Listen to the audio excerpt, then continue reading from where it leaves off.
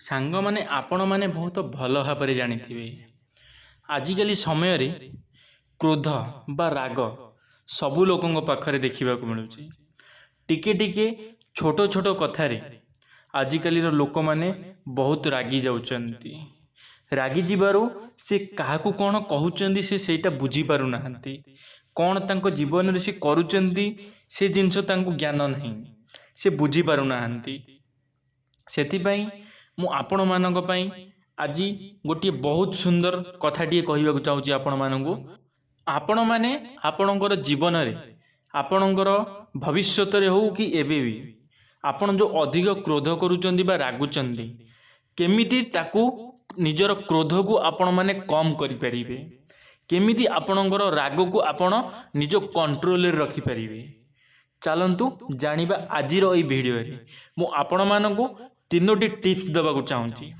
क्रोध बा राग विषय रे जहा द्वारा कि आपणकर राग बा क्रोध बहुत कम हो जीवो जहा द्वारा कि आपण को आपण माने कौन करूचंती कौन न करूचंती तार ज्ञान आपणक पाखरे निश्चिंत रहिबो चलंतु आजिर भिडियोटी आरंभ करिबा भिडियोटी को निश्चिंत शेष पर्यंत देखिए जदि आपण माने भिडियोटी को शेष पर्यंत न देखुचंती तो आपण माने भिडियोर किछि भी जिनिस बुझी पारिबे नाही भिडियो रे कुआ जाइथिबा कोनोसी भी कथा आपण माने जानि पारिबे नाही सेति पई आपण मानकू रिक्वेस्ट करा जाउची भिडियोटी को शेष पर्यंत निश्चिंत देखिए लाइक टीए करने को बिल्कुल भी भूलिबे नहीं कमेंट रे निश्चिंत आपण मानकर मतामत रखिबे चलंतु आजिर भिडियोटी को आरंभ करिबा।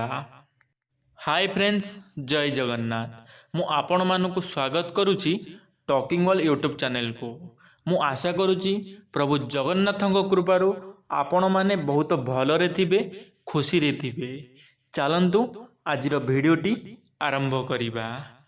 क्रोध रे कुहा जाउथिबा कथा गुड़िक प्रायतः लोकों संपर्क रे दूरता सृष्टि करे किछि किछि लोक छोट जिनिस उपरे निजर क्रोध हरांती एवं परे परे अनुताप करती छोट छोट कथारे रागी जाउथिबा मनीष बहुत हैरान रे पड़ती यह सह लोक माने रागी जीवा परे संगे संगे भूल डिसीजन नहीं जाती जेउथि पई परिवार लोक मध्य चिंतारे पड़ती कथारे अछि क्रोध मनीष को मारी दिए रागुथिबा मनीष सबु समय रे चिड़चिड़ होइथांती टिके टिके कथारे रागी जाती जहा सामना लोकों को बहुत खराब मध्य लागि थाए यह व्यतीत एथि जोगु शरीर उपरे खूर प्रभाव मध्य पड़ी पारे जदि आपणक क्षेत्र रे एपरी हेउची ताहाले आसंतु जानिबा किछि टिप्स विषय रे जहा द्वारा आपण आपणकर क्रोध को नियंत्रण करि परिबे।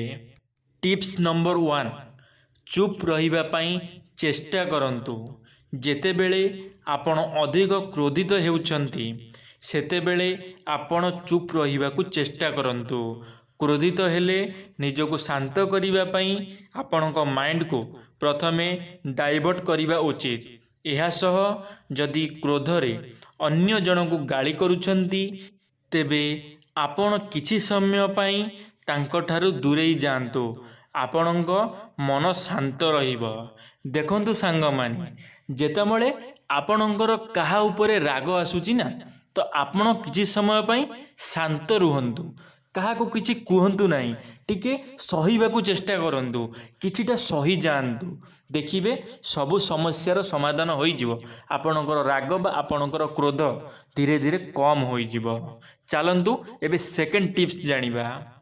टिप्स नंबर 2 म्यूजिक सुनंतु जदि आपण तुरंत आपणकर क्रोध को कम करिबा पई चाहुचंती तेबे आपण म्यूजिक सुनिबा आरंभ करंतु जहा द्वारा आपणकर मन शांत रहिबो।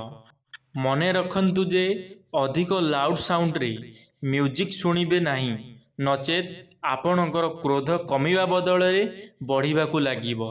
आपण म्यूजिक लो साउंड रे सुनिबा द्वारा आपणक क्रोध को बहुत परिमाण रे कम करि परिबे। आपण माने जानिथिबे आमको जेतेबेले भल लगी न थाए आमे प्रायतः म्यूजिक शुणी थांती जहाद्वारा आम मन को शांति मिली थाए। तेबे आपण क्रोधित समय रे खाली न बसी म्यूजिक शुणिबा आरंभ कर दियंतु। देखंतु सांग माने जेतेबेले आपण मानक मन को राग बा क्रोध आसुची तो आपण माने स्लो मोशन रे साउंड शुणंतु। साउंड रो वॉल्यूम को स्लो करी म्यूजिक स्लो मोशन रे म्यूजिक शुणंतु। देखिबे आपण मानकर मन को टिके शांति मिलिबो। आपणकर क्रोध बा राग धीरे धीरे धीरे धीरे कम हेबा को लागिबो। चलंतु एबे जानिबा टिप्स नंबर 3 विषय रे। टिप्स नंबर 3 हेउची प्रतिदिन ध्यान करंतु।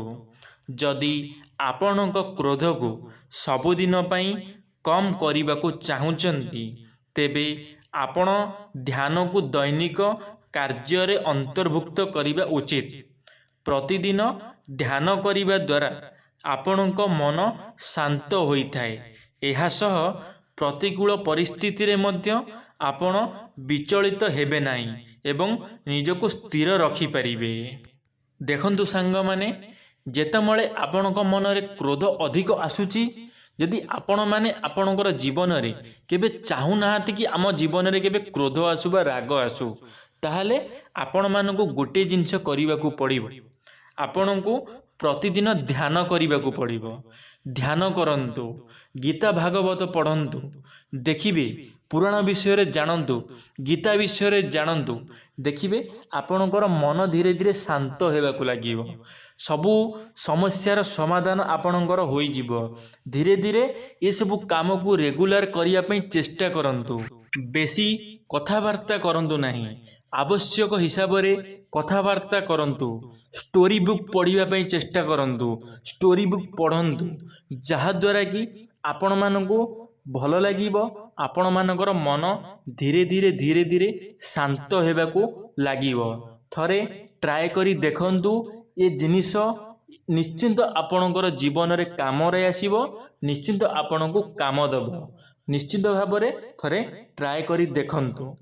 जेतेबेले भी फ्री समय पाउचंती मोटिवेशनल वीडियो देखिबा को चेष्टा करंतु, नहले मोटिवेशनल बही पढ़िबा को चेष्टा करंतु।